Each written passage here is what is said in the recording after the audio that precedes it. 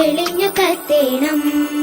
മിന്നി മിന്നി പാറി നടക്കണ മിന്നാ മിന്നി ചങ്ങാതി, മിന്നാ മിന്നി ചങ്ങാതി, മിന്നണ സൂത്രം എനിക്കു മാത്രം പറഞ്ഞു തായോ ചങ്ങാതി, പറഞ്ഞു തായോ ചങ്ങാതി. മിന്നി മിന്നി പാറി നടക്കണ മിന്നാ മിന്നി ചങ്ങാതി, മിന്നാ മിന്നി ചങ്ങാതി, മിന്നണ സൂത്രം എനിക്കു മാത്രം പറഞ്ഞു തായോ ചങ്ങാതി, പറഞ്ഞു തായോ ചങ്ങാതി.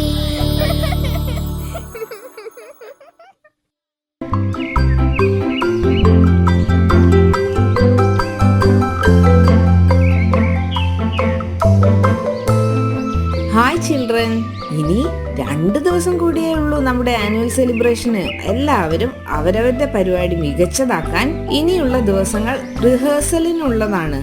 അതുകൊണ്ട് എല്ലാവരും പോയി നന്നായി പ്രാക്ടീസ് ചെയ്യുക. Thank you teacher.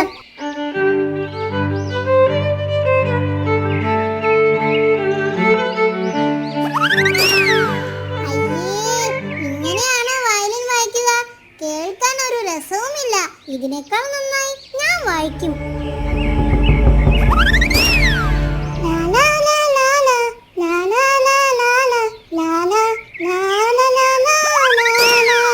അയ്യേ, ഇങ്ങനെയാണോ നീ പാടാൻ പോകുന്നത്? ഒരു താളവുമില്ലല്ലോ. സംഗതി തീരെ പോരാ.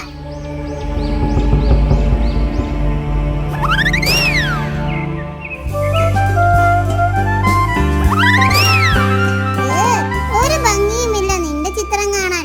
ഇതിലും നന്നായി ഞാൻ വരയ്ക്കും.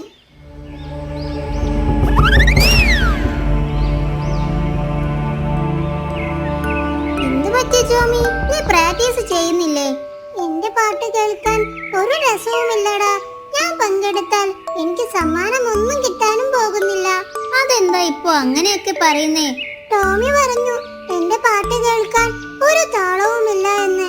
ഓ, അതാണോ കാര്യം? അതവൻ എന്നോടും പറഞ്ഞിട്ടുണ്ട്. എന്റെ വയലിൻ വായന കേൾക്കാൻ ഒരു രസവുമില്ല, ഇതിലും നന്നായി അവൻ വായിക്കുമെന്നൊക്കെ. ദേ, ഇവനോടും പറഞ്ഞിട്ടുണ്ട്. അതെ, ഞാൻ വരച്ച ചിത്രം കാണാൻ ഒരു ഭംഗിയുമില്ല, ഇതിലും നന്നായി അവൻ വരയ്ക്കുമെന്നൊക്കെ പറഞ്ഞു. കേട്ടില്ലേ? അത് നീ കാര്യമാക്കണ്ട. നമ്മുടെ കഴിവുകൾ 100% നീതി പുലർത്തിയാൽ നമുക്ക് വിജയിക്കാൻ പറ്റും. Judges, please note chess number 23.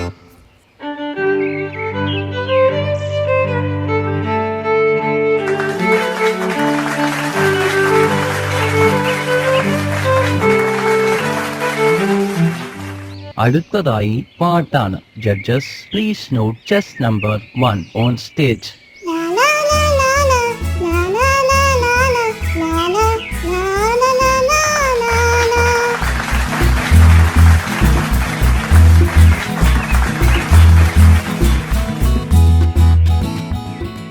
അടുത്തതായി ഇന്ന് നടന്ന മത്സരങ്ങളുടെ സമ്മാനദാന ചടങ്ങാണ്. വയലിൻ കോമ്പറ്റീഷനിൽ first prize goes to Alek.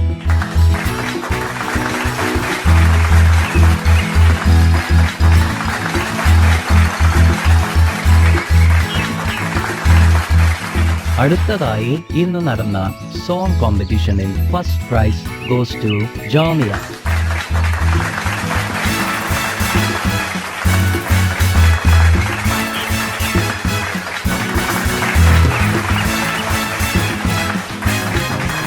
അടുത്തതായി ഇന്ന് നടന്ന ചിത്രരചന കോമ്പറ്റീഷനിൽ first prize goes to Munthirikuttan. അവന് സമ്മാനം കിട്ടിയോ? അപ്പോ എനിക്ക് മാത്രം ഒന്നും കിട്ടിയില്ല. ഞാൻ വിചാരിച്ചു ഞാൻ മാത്രമാണ് എല്ലാത്തിലും ബെസ്റ്റ് എന്ന്.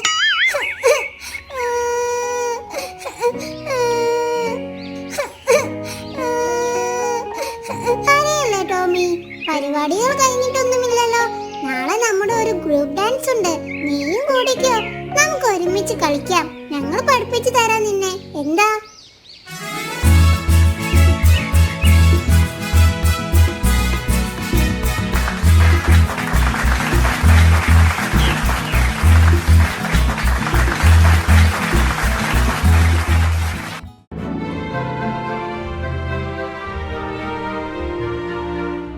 പണ്ടൊരു കാട്ടിൽ സുന്ദരിയായ മുയൽ താമസിച്ചിരുന്നു.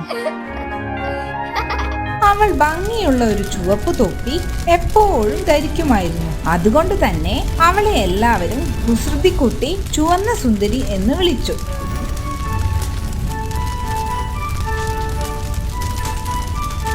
ഒരു ദിവസം അവളുടെ അമ്മ ഒരു ചെറിയ കുട്ടയുമായി അവളുടെ അടുത്തേക്ക് വന്നു. നമ്മുടെ മുത്തശ്ശിക്ക് തീരെ സുഖമില്ല. ദാ മുത്തശ്ശിക്ക് വേണ്ടി കുറച്ച് പഴങ്ങളാണ് ഇതിലുള്ളത്. ഇത് കൊണ്ടുപോയി മുത്തശ്ശിക്ക് കൊടുക്കണം. മുത്തശ്ശിക്ക് അതൊരു ആശ്വാസമാകും. ശരി അമ്മേ, ഞാൻ ഇപ്പൊ തന്നെ പോകാം. ഇത് കേട്ടതും ചുവന്ന സുന്ദരി തന്റെ ചുവപ്പ് തൊപ്പി നേരെയാക്കി തന്റെ മുത്തശ്ശിയുടെ വീട്ടിലേക്ക് പോകാൻ വേണ്ടി ഒരുങ്ങി.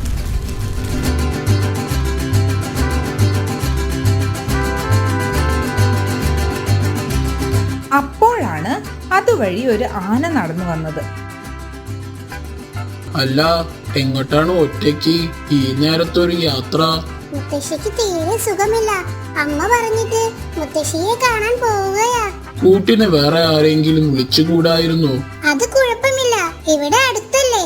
എന്തായാലും സൂക്ഷിച്ചു പോണേ. ഞാൻ കുറച്ചു കഴിഞ്ഞാൽ അതുവഴിയാണ് വരിക. തിരിച്ചു വരുമ്പോൾ നമുക്ക് ഒരുമിച്ച് വരാം. എന്താ? ഓക്കേ. ഇതും പറഞ്ഞ് അവർ രണ്ടുപേരും പിരിഞ്ഞു. അങ്ങനെ അവൾ വീണ്ടും കാട്ടിലൂടെ പോകുന്ന സമയത്ത് ഒരു കുറുക്കൻ അവളുടെ മുന്നിൽ വന്നു നിന്നു. നമസ്കാരം. എങ്ങോട്ടേക്കാണ്? ഒറ്റയ്ക്കൊരു യാത്ര. എന്താണ് ഈ കുട്ടയിൽ? എന്റെ മുത്തശ്ശിക്ക് തീരെ വയ്യ. അമ്മ പറഞ്ഞിട്ട് മുത്തശ്ശിയെ കാണാൻ പോവുകയാ. മുത്തശ്ശിക്കുള്ള ഭക്ഷണമാണ് ഇതിലുള്ളത്. എന്തായാലും നന്നായി. എനിക്കും നിന്റെ മുത്തശ്ശിയെ കാണണമെന്ന് വല്ലാത്തൊരാഗ്രഹം. എവിടെയാ മുത്തശ്ശിയുടെ വീട്? മഞ്ചാടിക്കുന്നിനപ്പുറമാണ്. ഓ, കുറച്ചു പോകാനുണ്ട് അല്ലേ? എനിക്കിവിടെ കുറച്ചുകൂടി ജോലിയുണ്ട്. ഞാൻ പിന്നെ വന്ന് മുത്തശ്ശിയെ കണ്ടോളാം. ഓക്കേ, എന്നാ ശരി, ഞാൻ പോട്ടെ. ബൈ. ഇതും പറഞ്ഞ് ചുവന്ന സുന്ദരി മുയൽ നടന്നു നീങ്ങി. ഇവൾ അവിടെ എത്തുമ്പോഴേക്കും കുറുക്കു വഴിയിലൂടെ പോയി മുത്തശ്ശിയെ പിടിക്കാം. എന്നിട്ട് ഇവളെ കാത്തിരിക്കാം.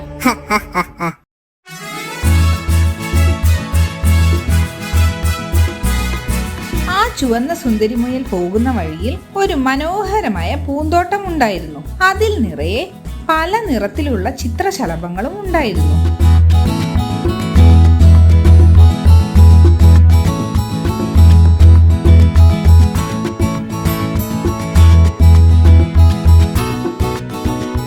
സമയം കുറുക്കൻ തന്റെ കുറുക്കു വഴികളിലൂടെ ചുവന്ന സുന്ദരി മുയൽ എത്തുന്നതിന് മുന്നേ അവൾ പറഞ്ഞു കൊടുത്ത മുത്തശ്ശിയുടെ വീടിന് മുന്നിലെത്തി. ജനൽ വഴി കുറുക്കൻ പതുക്കെ തലയിട്ട് നോക്കി.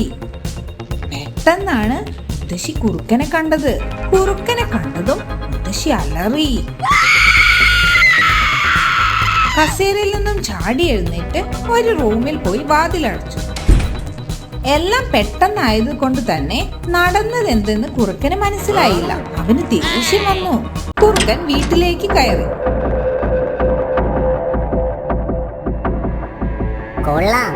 ഈ മുത്തശ്ശിയുടെ തലയിലിടുന്ന തുണിയും ഈ പുതപ്പും മൂടിക്കൊണ്ട് ഈ സോഫയിൽ ഞാൻ കാത്തിരിക്കാം.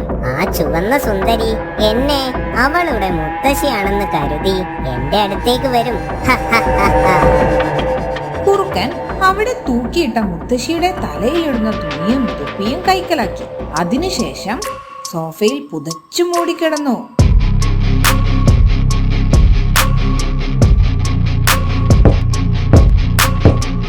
മുത്തശ്ശിയുടെ ശബ്ദത്തിൽ കുറുക്കൻ ചോദിച്ചു, ആരായത്? മുത്തശ്ശി, വാതില് തുറക്ക്. ഇത് ഞാനാ, മുത്തശ്ശിയുടെ ചെറുമോളാ. ഉള്ളിലേക്ക് വരൂ മോളെ. മുത്തശ്ശി ഈ സോഫയിൽ കിടക്കുന്നുണ്ട്. തീരെ വയ്യ. മോളങ്ങോട്ടൊന്ന് വന്നേ.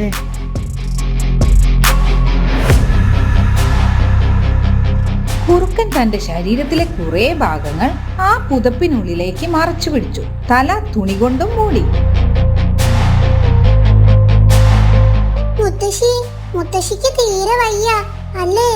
ആ അതെ മോളെ. മോളിന് അടുത്തേക്ക് വന്നേ. മുത്തശ്ശിയുടെ ചെവി എന്താ ഇങ്ങനെ? സുഖമില്ലാഞ്ഞിട്ടാ മോളെ. ചെവി വേദനയാണ് മോളെ. അതുകൊണ്ടാണ് ചെവി വലുതായത്. അയ്യോ, മുത്തശ്ശിയുടെ രണ്ട് സൈഡിലുള്ള പല്ലും വലുതായിട്ടുണ്ടല്ലോ. പല്ലുവേദനയുണ്ടോ? ഓ ഉണ്ട് ഉണ്ട്. ഇല്ലാത്ത വേദനകൾ ഒന്നും തന്നെ ഇല്ല മോളെ. ഇപ്പൊ എനിക്ക് വിശപ്പിന്റെ വേദനയാ. അയ്യോ എന്നെ ഒന്നും ചെയ്യരുതേ. അപ്പോഴാണ് ഒരാന അതുവഴി നടന്നു പോയത്. അയ്യോ എന്നെ ഒന്നും ചെയ്യരുതേ, രക്ഷിക്കണേ. ഇത് കേട്ട ആന ശബ്ദം കേട്ട സ്ഥലത്തേക്ക് ഓടി. ഡാ, ഇത് കേട്ട കുറുക്കൻ പേടിച്ചു വിറച്ചു. ആനയെ കണ്ടതും കുറുക്കൻ പേടിച്ചോടിപ്പോയി. തന്റെ ജീവൻ തിരിച്ചു കിട്ടിയെന്ന് മനസ്സിലാക്കിയ ചുവന്ന സുന്ദരി മുയൽ ഓടി വന്ന് ആനയെ കെട്ടിപ്പിടിച്ചു.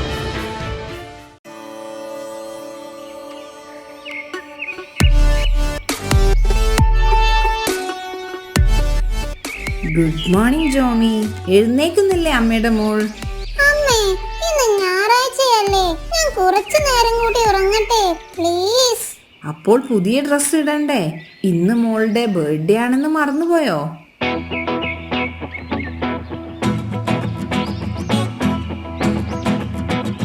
ഓ, പറഞ്ഞ പോലെ ഇന്നാണല്ലേ എന്റെ ബർത്ത്ഡേ, ഞാനത് മറന്നു. Happy birthday my dear. Thank you mummy. അപ്പോൾ വൈകിട്ട് എന്താ പരിപാടി? ഫ്രണ്ട്സിന് ബർത്ത്ഡേ പാർട്ടിക്ക് വിളിക്കാം. പിസയും കേക്കും എല്ലാം വേണം. പായസം ഞാൻ ഉണ്ടാക്കാം. അതിനെന്താ, ഇന്ന് മോളെ ദിവസമല്ലേ, അമ്മ സഹായിക്കാം.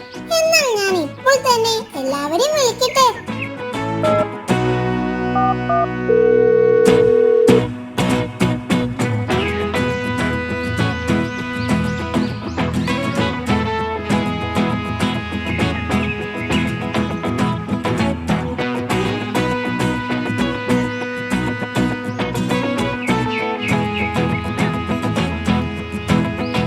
Thank you daddy. Happy birthday Jomi. എല്ലാവരും വേഗം വന്നേ, കേക്ക് മുറിക്കാൻ സമയമായി. Happy birthday to you. Happy birthday to you. Happy birthday dear Jomi. Happy birthday to U.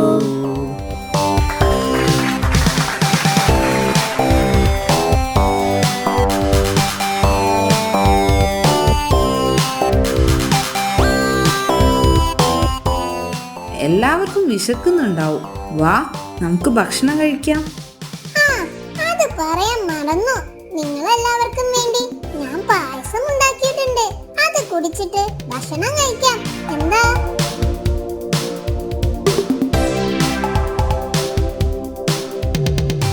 അതെന്താ അലക്സ്, പായസം കുടിക്കില്ലേ? വേണ്ട ആന്റി, എനിക്ക് കേക്ക് മതി. അതെന്താ, ഞാൻ ഉണ്ടാക്കിയ പായസമാണെന്ന് പറഞ്ഞിട്ടാണോ? ഓ, അതുകൊണ്ടൊന്നുമല്ല, എനിക്ക് കേക്ക് മതി. അത് സാരമില്ല, പോട്ടെ. അറിയാതെ തട്ടിപ്പോയതല്ലേ, ആന്റി തുടച്ചോളാം. ഓഹോ, നല്ലൊരു ദിവസമായിട്ട് നീ ഇതെന്ത് പണിയാ ചെയ്തത്? അലക്സ്, എനിക്കിനി കേക്കില്ല. സോറി ജോമി, ഞാൻ അറിഞ്ഞുകൊണ്ട് ചെയ്തതല്ല, അറിയാതെ പറ്റിപ്പോയതല്ലേ. ഞാനും കൂടി വൃത്തിയാക്കാൻ സഹായിക്കാം. അതൊന്നും പറഞ്ഞാൽ പറ്റില്ല. നിനക്കിനി എന്ത് പറഞ്ഞാലും കേക്കില്ല. ജോമി, അതവൻ അറിയാതെ തട്ടിപ്പോയതല്ലേ, ഒന്ന് ക്ഷമിക്ക്. കഴിഞ്ഞ ആഴ്ച നീ ചെയ്തത് ഓർമ്മയുണ്ടോ? എന്ത്?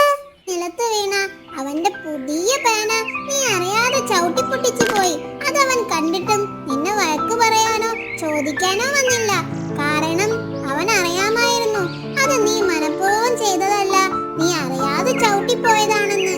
അതെല്ലാം മറന്ന് നിന്റെ ബർത്ത്ഡേ പാർട്ടിക്ക് അവൻ വന്നതല്ലേ, അതുകൊണ്ട് അവനോട് ക്ഷമിക്കൂ ജോമി.